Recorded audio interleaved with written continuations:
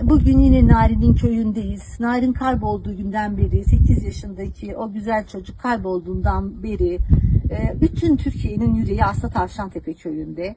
Narin'le birlikte böyle bugüne kadar kaybolmuş bütün çocuklar sanki onun yüzünde simgeli. İşte herkesin bütün iyi dilekleri burada. Biz de parti olarak, DEM Parti olarak her gün gelip burada farklı vekillerimiz, il teşkilatından üyelerimiz, yöneticilerimiz gelip gelişmeleri takip ediyoruz. Bugün de buradaydık. İyi bir haber alırız diye umduk ama hala haber yok. Bu haber olmayışı üzerinde de hepimizin düşünmesi gerekiyor. Bir avuç köyde bir çocuk bu şekilde kaybolamaz. Evet biliyoruz. Herkes elinden geleni yapıyor ama maalesef bu gibi konular uzadıkça birileri mi korunuyor endişesi de ortaya çıkıyor ve böyle bir şüpheye yer verilmemeli.